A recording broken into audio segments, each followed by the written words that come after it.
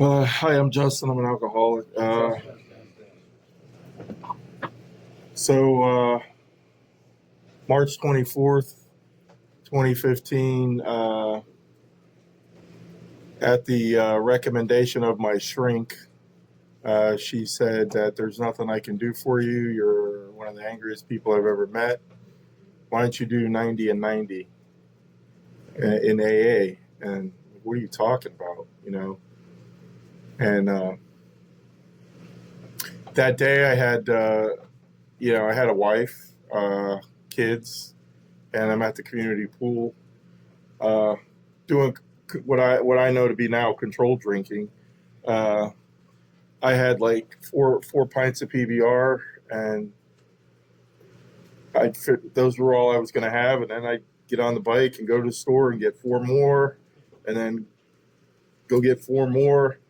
And the wife at the time pulled into the community, and she seen me at the pool, and she's like, "I thought you were going to an AA meeting." And I'm like, "Yeah, I remember my last PBR. It was." And I'm like, "You want AA? I'll give you AA." So I was a little intoxicated, and I went to my first meeting, and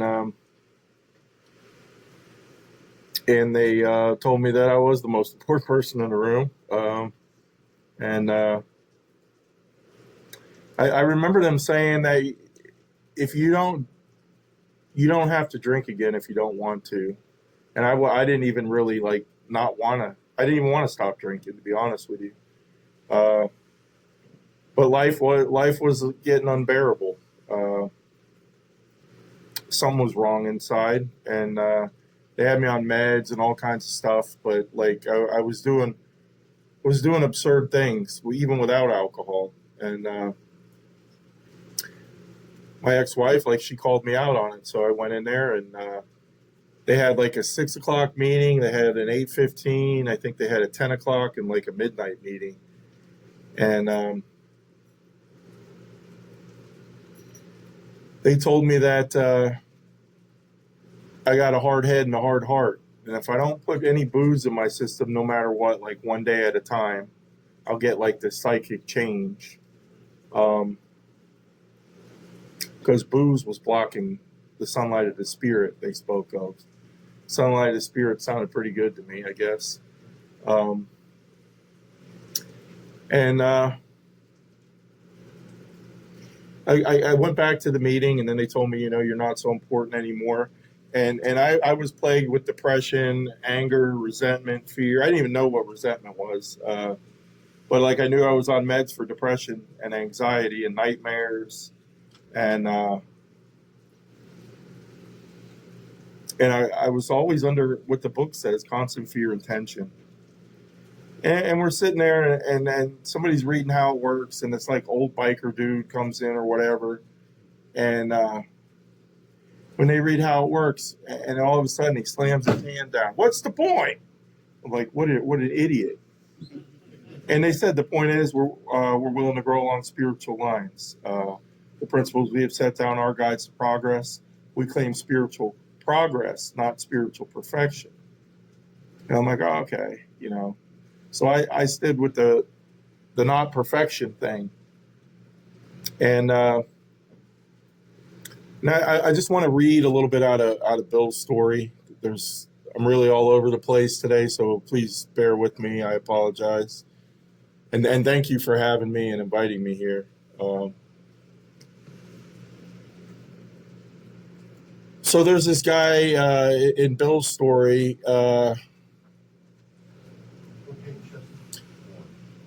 He, I'll tell you what. I'll start with when Abby comes to him. I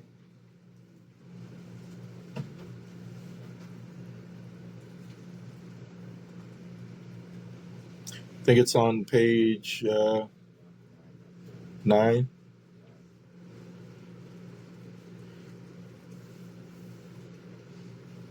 Yeah. So it says, my musing was interrupted by the telephone. The cheery voice of an old school friend asked if he might come over. He was sober. It was years since I could remember his coming to New York in that condition. I was amazed. Rumor had it that he'd been committed for alcoholic insanity, and I wondered how he'd escaped. Of course, he would have dinner, and then I could drink openly with him. Unmindful of his welfare, I thought only of recapturing the spirit of the other days. There was that time we had chartered an airplane to complete a jag. His coming was an oasis in this dreary desert of futility. The very thing, an oasis, drinkers are like that. The door opened. He stood there fresh-skinned and glowing. There was something about his eyes. He was inexplicably different. I pushed a drink across the table. He refused it. Disappointed but curious, I wondered what had got into the fellow. He wasn't himself.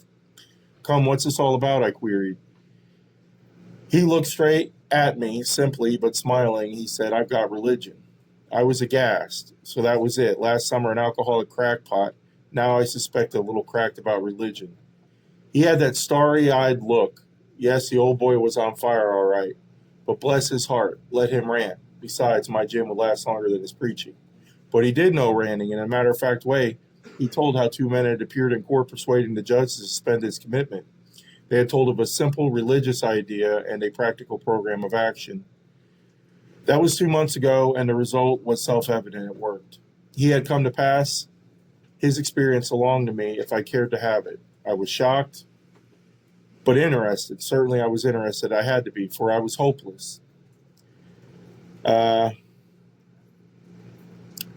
then he goes on. He talked for hours. Childhood memories rose before me. I could almost hear the sound of the preacher's voice as I sat on still Sundays way over there on the hillside. There was that preferred temperance pledge I never signed, my grandfather's good-natured contempt of some church folk and their doings, his insistence that the spheres really had their music, but his denial of the preacher's right to tell him how he must listen, his fearlessness as he spoke these things just before he died. These recollections welled up from the past. They made me swallow hard. Then he goes back. When he was in war, he saw a doggerel on a tombstone, which is like some kind of humor, British writing. And it's talking about a grenadier, which was like a dangerous job, and something about dying by musket or by pot. I guess like that was like where it clicked for him. He said, I had always believed in a power greater than myself. I often pondered these things. I was not an atheist. Few people really are. For that means blind faith in a strange proposition that the universe originated in a cipher and aimlessly rushes nowhere. My intellectual heroes, the chemists, astronomers, and even evolutionists, suggested that vast laws and forces at work. Despite contrary indications, I had little doubt that a mighty purpose and rhythm underlay all. How could there be so much of precise and immutable law and no intelligence? I simply had to believe in the spirit of the universe who knew neither time nor limitation.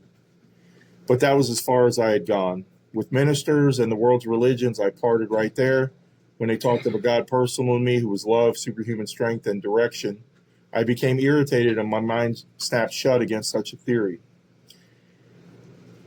To Christ I conceded the certainty of a great man, not too closely followed by those who claimed him as moral teaching most excellent. For myself, I had adopted parts which seemed convenient and not too difficult. The rest I discarded. The wars which had been fought, the burnings and the chicanery, the religious dispute that had facilitated made me sick. I honestly doubted whether, on balance, the religions of mankind had done any good. Judging from what I'd seen in Europe, and since the power of God in human affairs was negligible. The brotherhood of man, a grim jest. If there was a devil, he seemed the boss universal, and he certainly had me. And then my friend sat before me, and he made the point-blank declaration that God had done for him what he could not do for himself. His human will failed. Doctors had pronounced him incurable. Society was about to lock him up. Like myself, he admitted complete defeat, and then he had, in effect, been raised from the dead, suddenly taken from the scrap heap to a level of life better than the best he had ever known. Had this power originated in him? Obviously it had not. There had been no more power in him than there was in me at that minute, and this was none at all. That floored me. It began to look as though religious people were right after all. Here was something at work in the human heart which had done the impossible. My ideas about miracles were drastically revised right then. Never mind the musty past. Here sat a miracle directly across the kitchen table. He shouted great tidings.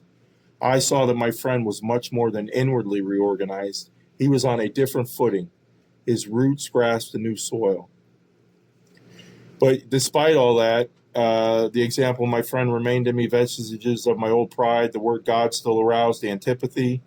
When the thought was expressed that there might be a God personal in me, this feeling was intensified. I didn't like the idea I could go for such conceptions as creative intelligence, universal mind, or spirit of nature, but I resisted the thought of the czar of the heavens, however loving his sway might be. I have since talked with scores of men who felt the same way. My friend suggested what then seemed a novel idea. He said, why don't you choose your own conception of God? And they told me about like picking doorknobs. And I thought that was stupid, so I picked a motorcycle. And I really did that. I really did that to the best of my idea because, like, I knew, like, when I rode, I was vulnerable. Like, I was trusting in something. The book says we have faith. We had all kinds of faith. We didn't even know. And I kind of felt what they talked about in the room was being right-sized. I felt like, oh, things could go wrong, but I'm okay with it,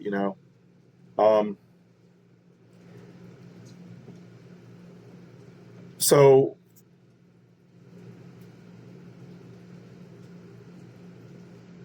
like 8 months not drinking, sober, whatever you want to call it. I come in the room and the first thing I did, I ended up meeting a female sponsor and we worked the 13 steps. I thought there was 13 steps. I really took the thing just not drinking no matter what, like to the best of my ability, one day at a time. And a lot of it was probably pride and ego because there was guys in there, I overheard them. This retard won't last 2 weeks, meaning me. And I'm like, I'll show you, you SOBs. So I think it was more of pride and ego. I thought I could lick it. I thought I could accomplish everything. In my mind, don't you know who I think I am? And so he goes back to that real significance of his experience in the cathedral. It burst upon him for a brief moment. I had needed and wanted God. I didn't feel like I needed God and wanted God for a very long time. I did not have a humble willingness to have him with me. So he didn't come.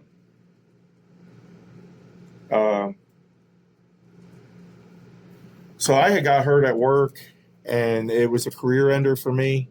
And I was wearing a neck brace. I had like damaged my neck. I guess they said I almost fractured it all the way through. And what am I doing? I'm wearing a neck brace and riding a Harley. And workers' comp was following me. And the fear that came in. So I was flipping them off, very angry. And my wife at the time, she said, she wasn't even really my wife. We got divorced in 2010. And then she realized how important I was and how great I was, and she needed me back in her life. So I come in with that love that I had, which was, here's the rules. There are none for me. I do what I want when I want. She had threatened to get my retirement when we were getting divorced, and I'm like, you want my retirement, man? And so I never forgave her for that for a very long time. And I'm like, I'm not marrying you. But we lived together as though we were. So one day she says to me, you idiot, you're going to ruin your career. I had 20 years in a career. I worked in the prisons. And she said, you're going to throw it all away. And she said, why don't you take the car? And she had just got a motorcycle. And about 11:20 that day, she would call me, and I had music playing. Some dude from the program who was like detoxing off drugs was tattooing my leg. And I'm listening to the music through my phone on a speaker, and the music stopped. And I looked, and I seen her ringing me. And I didn't want to answer it, but I did. Normally I wouldn't have.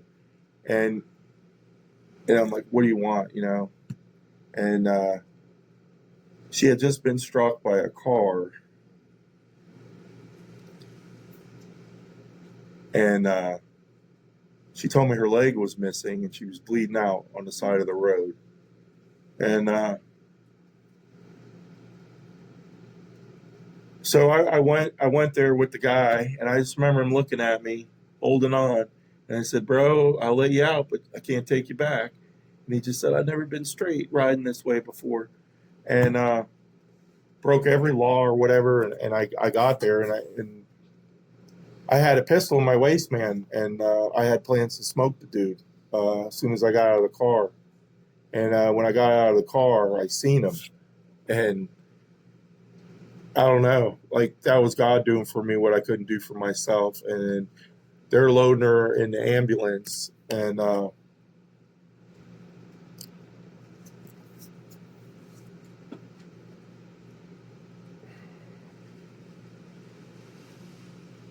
I made matters worse.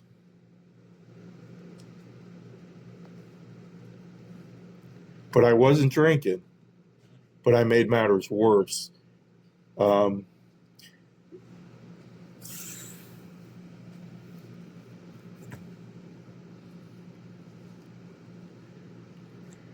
And I listened to her suffering in the hospital for like a few months. And I thought I had it together. I had dealt with emergencies and bodies and stuff. And boy, all I was thinking about was how I felt. And I got a damn foot fetish. Now what am I going to do? How am I going to be with an amputated lady, Freaking disgusting. So, and then there were attorneys involved, and I found myself, I had a tool that I carried around, and I found myself following the people that were following me. I had so much fear. So I played around, man, and I didn't know what to do, and why would God do this, and why did it happen to her? Why did it happen to me? And I'm trying spiritual progress. I tried, like, I had this vision of doing good things for people without expecting anything in return. Like, I envisioned this Pickwick across the way, Circle K, whatever, from the meeting that I went to. And I'm like, I'll hold a door for somebody. But, what if they turn around and say, hey, I don't want you to hold the door for me, you FA cracker. Like, what am I going to do about that? Like, I thought I was a good dude. I thought that, I put my hand on a couple arterial bleeds. I did CPR on a dude who, by the world standards, they probably don't think he should live. He didn't make it. I broke his ribs, but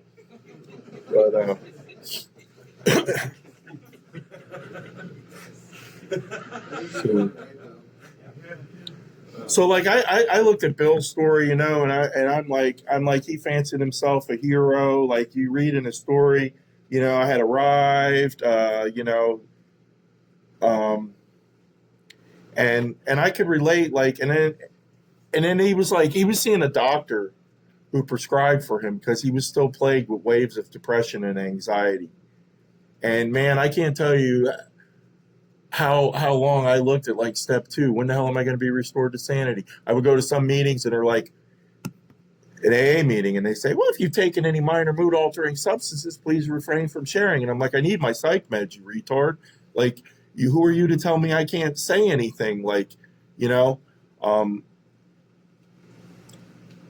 And then, I learned to thine own self be true. They were mixing something in there that man putting his hands on something that they probably should leave alone, because we're not supposed to tell anybody what they should take and shouldn't take, and so on and so forth. But like, there's these parts that I missed in here. Simple but not easy. A price had to be paid. It meant destruction of self-centeredness. I must turn in all things to the Father of light, who precedes over us all. Um, I wasn't ready for that. And then he has this orgasmic spiritual awakening. These were revolutionary and drastic proposals. The moment I fully accepted them, the effect was electric. There was a sense of victory followed by such a peace and serenity I had never known. There was utter confidence. I felt lifted up as though the great clean wind of a mountaintop, like you ate a York peppermint patty. Uh, God comes to most men gradually, but his impact was sudden and profound. And I was jealous of that. It pissed me off. You know, for a moment I was alarmed, and I called my friend, the doctor, to ask if I were still sane. He listened in wonder as I talked, and finally he shook his head, saying, "Something has happened to you. I don't understand, but you better hang on to it. Anything is better than the way you were." The good doctor now sees many men who have such experiences, and he knows they're real. While I lay in the hospital, the thought came that there were thousands of hopeless alcoholics who might be glad to have what had been so freely given to me. Perhaps I could help some of them. They, in turn, might work with others. And then here's the part that kind of like confused me, because we say spiritual progress, not perfection. My friend had emphasized the absolute necessity of demonstrating these principles in all my affairs. Particularly, it was imperative to work with others as he had worked with me. Faith without works was dead. Uh, he said, and how appallingly true for the alcoholic. And then it goes on to say, for if an alcoholic failed to perfect and enlarge his spiritual life through work and self-sacrifice for others, wait, I thought you said progress. He could not survive the certain trials and low spots that lie ahead. If he did not work, he would surely drink again. If he drank, he would surely die. Then faith would be dead indeed. With us, it is just like that. And, they told me, like, you're not that important. Um, you're not that important. So get out of yourself, get out of your problems, because I wanted them to fix me, you know. And they said, turn your attention to somebody you can help. And I'm like, what the hell are you talking about? Like, I'm the one that needs help. You guys don't need help. I need help, and I would spend, I stayed going to the rooms for like 5 years over there. I got sober out in Brandon at a place called Our Place. And they always had the doors open, and I go and hang out, and I was hanging out with chicks, and like, I was completely lost, dude. And I went through the steps with this dude to the best of my ability, and I would see him years later, and he was still angry, he was still angry, miserable. And I know he did the best he could with what he had, but I was still angry. I wasn't so angry at that point, but why do I need to sacrifice? Why do I need to help others? Page 20 talks about, I think it's 20 or 21, the very life of an ex-problem drinker depends on the constant thought of others and how I may help meet their needs. Well, my job, like, I'm meeting needs, I'm protecting the public, don't, isn't that enough? But I was getting paid for that. and I was resentful, and I had a part in that. Um, that was my identity. I didn't even know it. Like, that was my identity, this worldly job. Um, so I ended up, I think I got here like 4 years ago, and I was living with my ex-wife. We got remarried in 2018, and And I really wanted to love her, dude. Like I really wanted to. I really. Um, she was like, we were kids. We grew up together. You know. Um, so I'm living with her in paradise, like on the water, man, thinking about a boat. And, the neighbors were outside with their Yeti cups playing cornhole by the water and, friggin' think they're like Jimmy Buffett. And I was going crazy there. Uh, I was going crazy and I was not serving her. I was not doing any good. And it would be for the last time I left. And I was homicidal. I was suicidal. Uh, and I was like going to go to Tennessee or something because I got brilliant ideas and go find a trailer in the woods and like the guy in the barn, I guess. But I didn't have an idea of drinking. Just life was unbearable. And, my mom, God bless her, she's like, well, why don't you stay with me for a little while? And here I am 4 years later, still living with my mommy. Um, and I couldn't leave the house. I couldn't go get a cup of coffee. Trembling, fear, everybody and everything scared me. And that's when I had wanted and needed God. And that's when he showed up. And I don't mean this in the wrong way, but the whole point of AA is to get me to God who could solve my problem. Not just drink problem, but this problem. Um, and this problem, um, things are fancied, delusional. I cannot get away from myself, man, and I hated it. And there was another book that some dude gave me. He gave me his Army Bible when he found out I got sober, and I did absolutely nothing with it. It was his Bible from the Army, a Holy Bible. Sorry, and they always would say, read the big book when you get whatever. And I'm like, I ended up opening that, and it talked about like I didn't hear no voice, I didn't hear nothing, but it was in my heart that the darkness that I had in me, I thought was light, and that darkness went deep. And then it was like, how can you have fellowship with me if you're not fellowshipping with my creation? Um, I'm not a fellowshipper guy. But then, it started clicking. I got a new employer being all powerful who provided what I need if I stay close to him and perform his work. All this stuff from the program just started, and it started mixing with God. And I started going to Tropical Attitudes, and so scared, dude. I met Thomas there. and I see this dude, and I wanted to hit him. He hit somebody with a baseball bat. I heard all these things, and I'm like, this dude's an a-hole. I dealt with his kind before, and I'm like, just what are you gonna do, dude? So I end up giving the guy a ride, and then he's inviting me into his house, and I'm like, no, I'm not there, man. That ain't cool with me, And then I'm like, am I being a doormat? And then he wants his friend to come, and then he's asking me to go to the water mill and take him to go fill up water jugs. And I'm like, dude, God help me, man. But like, I had like no love in my heart, man. No tolerance, and I was practicing it. They said I had to act my way into better thinking, and I knew of God, but I wasn't getting to know Him personally. And the third step clicked with me. It says better to meet him alone than with someone who might misunderstand. And the guy who I went through the book with, I believe he was a straight atheist. I don't even believe, I don't, it don't matter, because God uses anything and uses everybody. What the world considers foolishness, just like an idiot like me,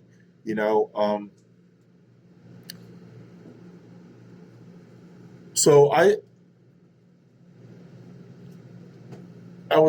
started going to meetings every day, and it was 2 a day. And then I'm like, well, God, I don't know what the hell to do. Like, I don't know. So I had all that contempt about these I don't consider myself religious at all. I'm not religious. I don't claim. I don't tag nothing. I don't need to wear no shirts. AA taught me it's attraction, not promotion. So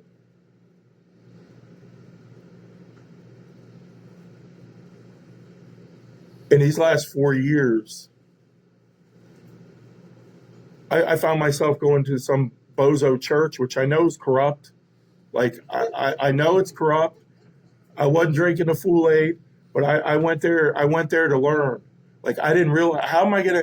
I can't be that guy. For me, it don't work. There's a God, and I'm not it. And just talk mumbo jumbo. This is about a relationship, an intimate relationship. And when I started learning more about him,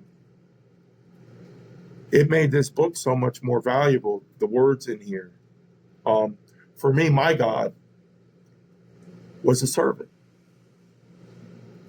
And like, I learned that I'm not like, I thought I was an OG kind of dude, but really, like, I really didn't have like, I had a drunk dad for a father figure. So like, I was a kid of the 80s. So I'm looking at, Mel Gibson, Lethal Weapon.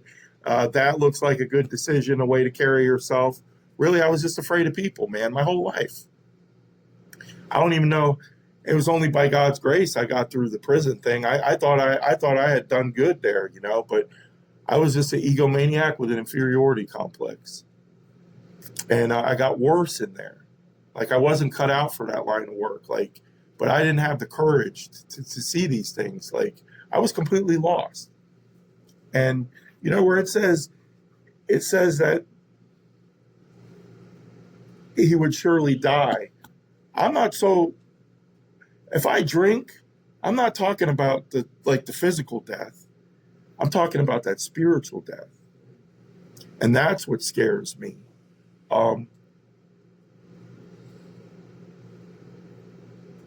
So I spent the last 4 years, man, trying my best, listening to these things in this book upon awakening. And I learned, man, when I wake up, I have untreated alcoholism. My mind right away is getting attacked. I learned about an enemy that I didn't know of. I didn't know that these thoughts were not mine. I thought because I thought of something, like I had to do it.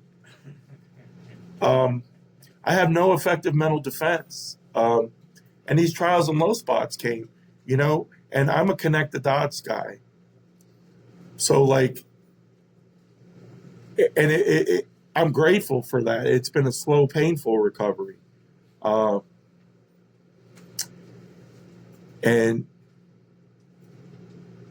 I sat in a church where I knew they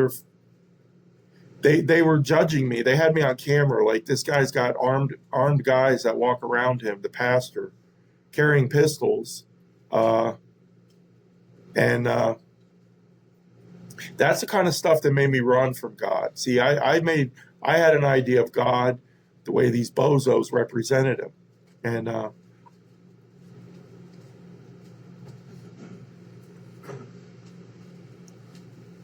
but like I remember them saying, "You got contempt prior to investigation, fool. So sit here." So I sat there, and I read along with them, and I didn't pay. I ate the meat and I spit out the bone. I took what they had to offer, and oh my gosh, man, when I started learning more about my God, the book really clicked. And I don't take psych meds for today, and I don't have anything against it, but just for me. And I tried my best to turn everything into him. Cleaning house and trusting God and helping others was not what I was not doing that.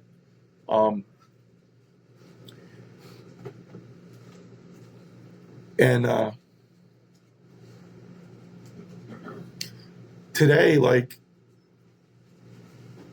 people tell me, I like what you shared. They were sick enough to ask me to come here. Desperate. And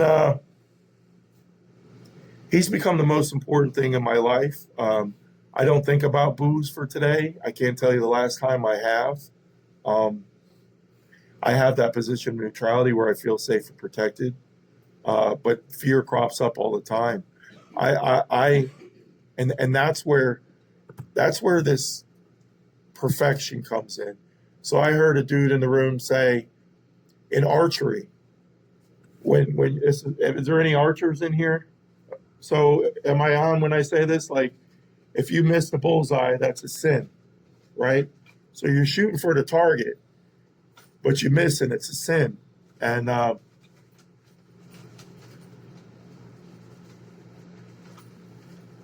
my creator is perfect, and I'm a fallible human. But you go on through the big book, and it says we never apologize for God. Um, do I have time to go to that room? Yeah.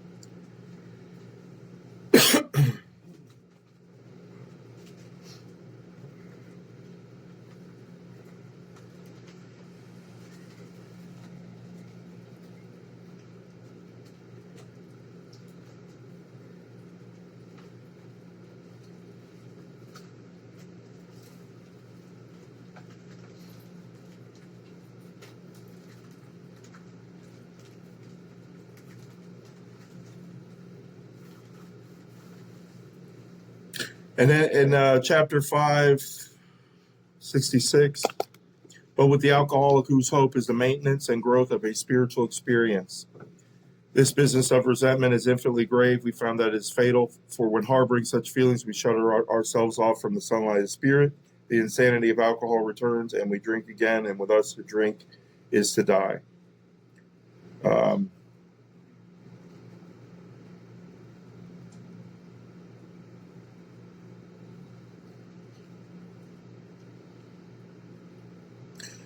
so on page 68,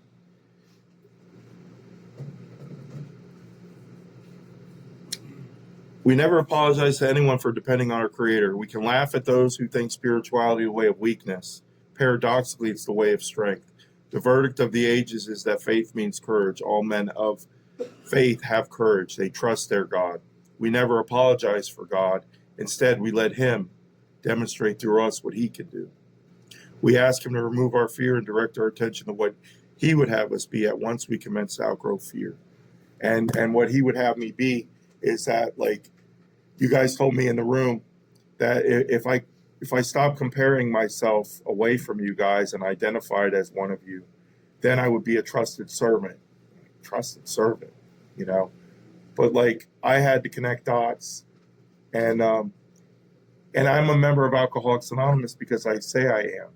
Nobody can tell me I'm not. Nobody can gauge my desires, and that's if I want to be a member. I can come in here and visit, and really I'm just a fart sniffer. But I am an alcoholic, and I like that. These rooms showed me what church didn't show me. These rooms showed me God's love. These rooms showed me people who wanted and needed God. That these guys out here can't do, you know, and I will never be close enough to God. Like, I want to be in the likeness, and that's another part of the book, the likeness and image of my Creator. What I didn't realize is that I didn't know what grace was. Grace is unmerited favor. And just like this room, if I want to go out and try some controlled drinking, hats off. But you'll welcome me back. And that's how God is. God is just like this room. If we follow the traditions, He's in charge. Like, His love's in here. Like, we're all doing our best to bring our idea of God to the room with us and let Him work through us so we can, and that's what happens. And I don't see that in these churches or whatever. So, like, I made the mistake of trying to look at God from the way I was, what I was shown out there. And I had to find for my own. And that was something I had to do outside of the room. And I went to these studies. I went to some more bozo churches, and I see the guy with the Rolex and this and that, and they've got, it's all about, but the program says be quick to see where they're right. And then my God tells me, as long as they're talking about me, fool, you worry about you, and you let them talk about me, and I'll deal with them when the time comes. So, like, my contempt and all that had to go away. It was the hardest thing I've ever done was surrender. Like, it was the hardest thing. And I try to include Him in everything that I do. Like, before I put damn food in my mouth, throughout the day, Lord, thank you for this day. Like, I wake up in the morning and I know,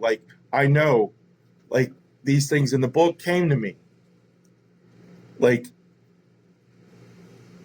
this is your day, man. I don't even belong to me. I got a new employer. Like he's the shot caller, But I got to quiet this down so I can hear him, And my fear is like, there's a part in our literature where we think we're doing God's will and we're really doing our will, and that scares me. And that's the only thing I really fear today, is I fear being disobedient to God's will. And I know that by His grace and His grace only, I don't even deserve, none of this is mine. I don't have a chair in the room. My car don't belong to me. It says, turn in all things over to the Father of light who proceeds. So, I forgot all that, and I got to work at that, because, my flesh don't want to do these things sometimes.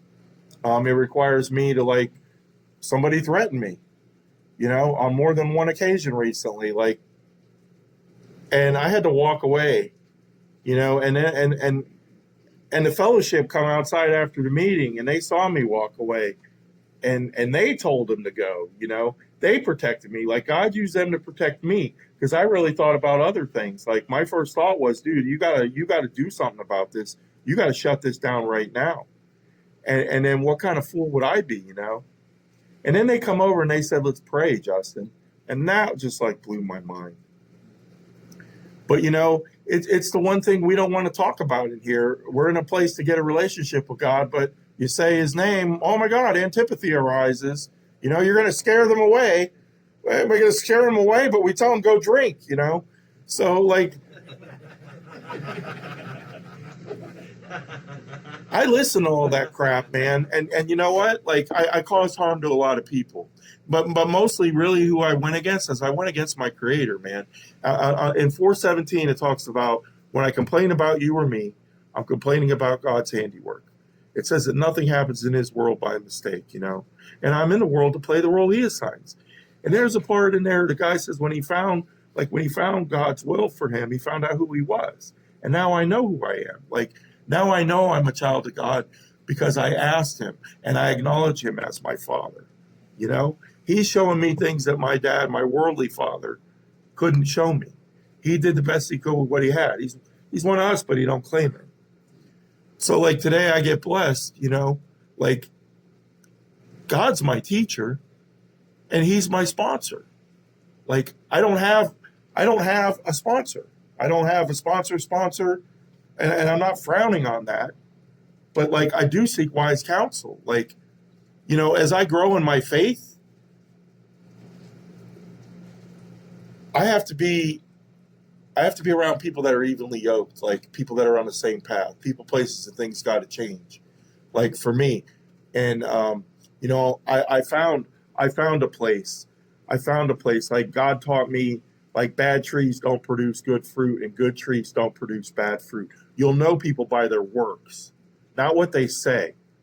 And I found a place. I found a place that's connected to the room, and the dude of that church, like he's sitting in there, and he loves drunks, it, and he loves our testimony, and that's what this is. Like all this was to get a testimony, like so I can tell others, like God's the answer, dude. Like I didn't want to do it, I didn't want to believe, um, but like it's all over the book.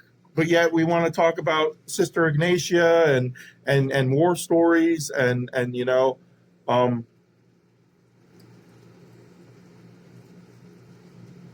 that this is how I serve him, and it even goes out there. Like it's not hard. He tells me my yoke is easy and the burden's light. So I could just be sitting somewhere and somebody comes up and starts talking to me. I'm actually approachable now, like, and some of these guys that seen me when I first came here, they've seen me change. And like, he's all I talk about, that and AA. I talk about God and AA all friggin' day long at the coffee shop. It just happens. And it's not like, and I'm amazed. I'm amazed how these earthlings or whatever will come up, and like my alcoholism is not like, it's like, yeah, well, they talk about, woman was talking about her son dying, and like, and she was mad at God, and but she actually wanted to listen to me about my experience, strength, and hope with being a drunk, and how God changed my life. And that's a tall order to try to be like him. But like, I don't know. They told us, to be like Mike. They told us, like, the book tells me I was a worshiper, dude. I wasn't no damn leader. I was a worshiper. I was a follower, from a very young age. I base everything from a human perspective, but now, like, God gave me these spiritual eyes when I ask for them and when my heart's right. If I'm in self, if I'm in fear, if I'm resentful, if I'm angry, like that blocks it out. And to be honest, like, I feel way more sensitive now than I ever have in my whole life. And from the minute I wake up, I don't wake up like, oh yeah, let's go. I wake up scared. I don't know what the hell dreams I have or whatever, but like I go to God right away, and I ask Him to divorce me from selfishness, dishonesty, resentment, and fear, to guide me throughout the day, that I serve Him well, and all throughout the day, and I do have a life beyond my wildest dreams. Life is way more manageable. I have peace and joy in my heart, and I'm learning how to love my fellow man, only because I learned that God loved me first. He loved me and He forgave me, and I must love others and I must forgive others, to the best of my ability. And it's an ongoing process. This is not an overnight matter. It should continue for my lifetime. Continue to watch for selfishness, dishonesty, resentment, and fear. Not if, but when these crop up. We ask God at once to remove them. We resolutely turn our thoughts to someone we can help. Love and tolerance of others is our code. When I'm disturbed, there's something wrong with me. And that happens quite a bit. But God's taken things away from me. There's still some things that I battle with, you know. And I get disgusted sometimes. But like, I know I'm forgiven, and I know that I know this. I know with everything that God didn't ever give me the spirit of fear and timidity, and He gives me power, and I happen to be powerless. He gives me His love, and His love is perfect. And when I live in that love, just like we do in the room, I'm not in fear. And then He gave me a friggin' sound mind, you know. I'm grateful for that, and I am responsible. I'm responsible to help anybody. I don't care if you're addicted to drugs. I don't care if you're addicted to Asian men. Like, um, the whole world's sick. It's been my experience that the whole world's sick from a spiritual problem. And when that spiritual malady's overcome, we straighten out mentally and physically, and that could not be more true. So, like, all the things that the religious, he's a healer. Yeah, but not you, bozo. And then the guy just going up and touching people, like, not that kind of stuff. But, like, I know because he did it to me. Like, that's my experience, my strength, and my hope. And it's not a lie. And it is the truth for me. And nobody can take that away from me. And nobody can take my identity away from me. For, like, all these years, like, at 51 years old, I'm finally know that I'm just a child of God. But I do know I'm loved. I do know that I'm favored, and I do know that a high price was paid for me. And he don't make no garbage. That means anybody. The sun and the rain falls on the wicked too. So, like, everything has its purpose, and a lot of it's above my pay grade. My job is to just squirt ketchup on the hamburger as it goes by, even though I think mayonnaise should be on it. Just squirt ketchup, dude. And like, if I'm doing the best of my ability with what I got at that moment, and it doesn't mean take a dude through the book. It's just intensive work, man. Just sitting with somebody, spending time with them, giving them an ear, shaking somebody's hand. But what I discovered is that I really got to love others. As I grow in my relationships, he goes, don't pretend, because even the pagans do that.